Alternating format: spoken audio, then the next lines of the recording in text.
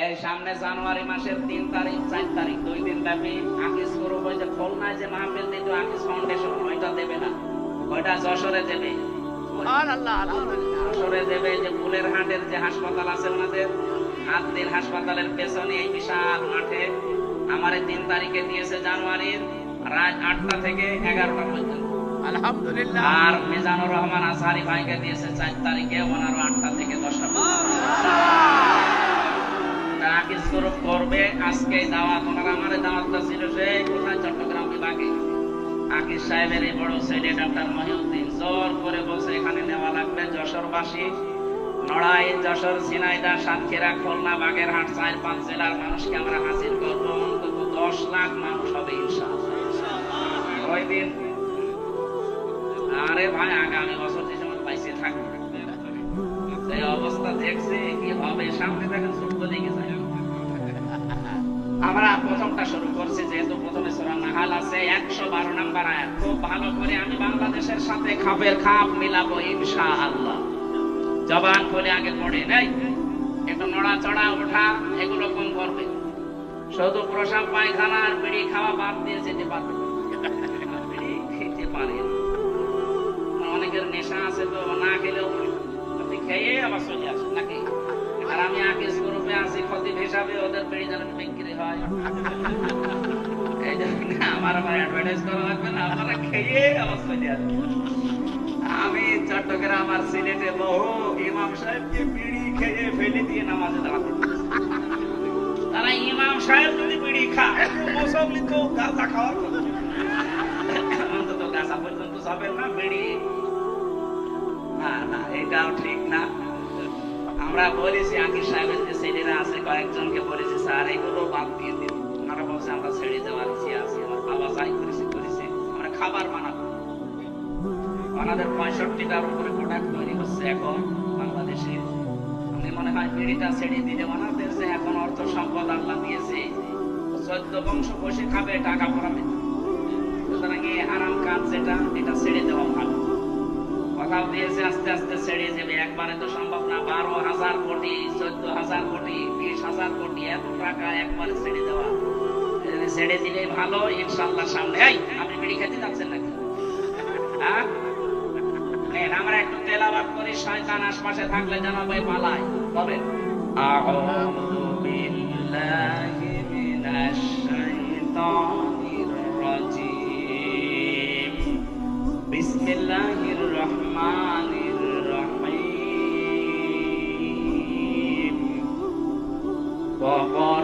ওয়ারাবাল্লাহু মাসালান ক্বরিয়াতান কানাত আমিনাতাম মুতমাইন্না।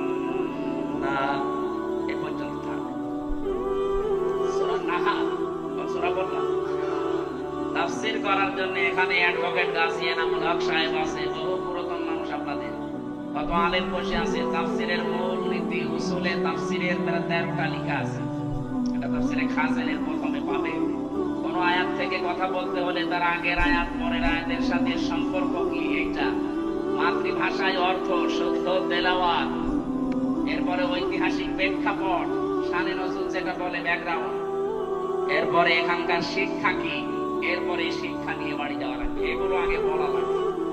আমরা এগুলো আপনারা সবাই জানেন।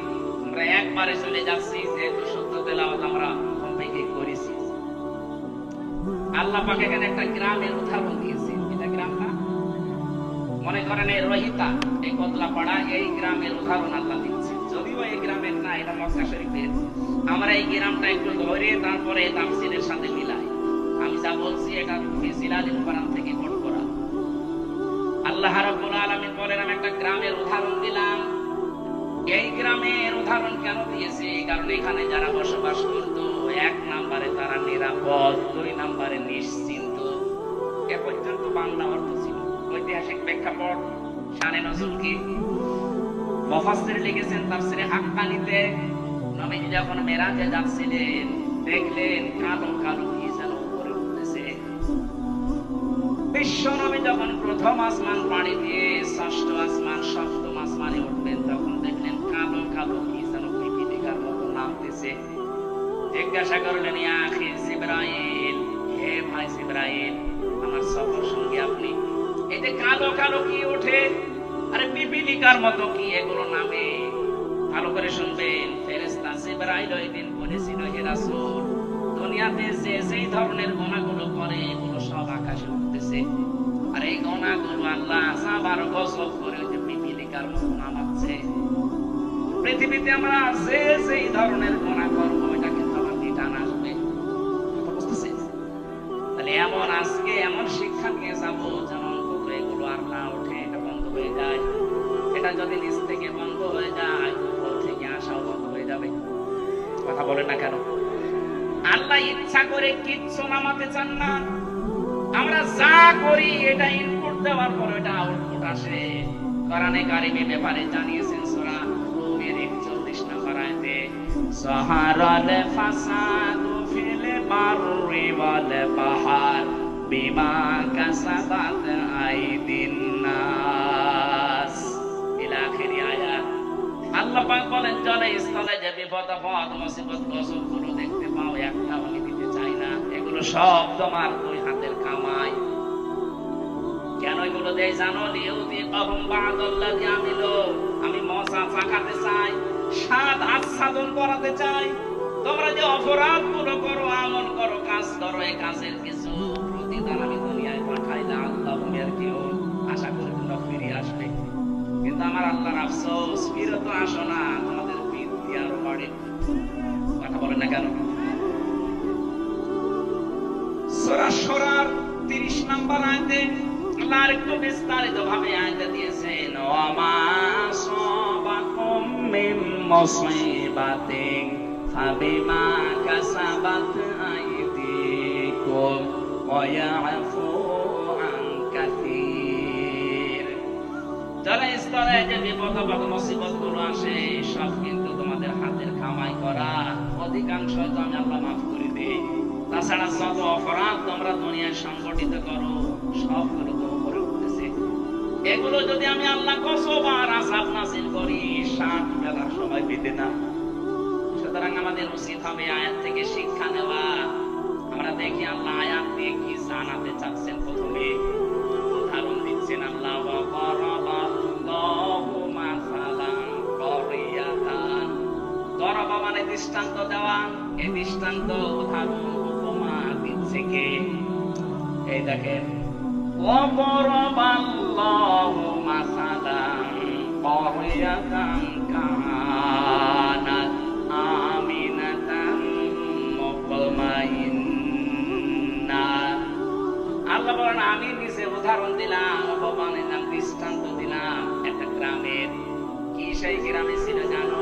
ওই গ্রামের মানুষগুলো নিরাপদ ছিল এবং নিশ্চিন্ত ছিল। তাফসীরে ইবনে কাসিরের ভেতরে ব্যাখ্যায় লিখেছে, এই গ্রাম বলতে আল্লাহ মক্কা শরীফকে বুঝিয়েছেন। ওই জামানা পর্যন্ত মানুষ তামাম দুনিয়া এমন খাবার আশপাশ পর্যন্ত কেউ নিরাপদে ছিল না। চুরি ডাকাতি সন্ত্রাসী চিন্তায় মানুষের কোনো গ্যারান্টি ছিল না বেঁচে থাকার আশপাশে। কিন্তু খাবার আশপাশ গুলোতে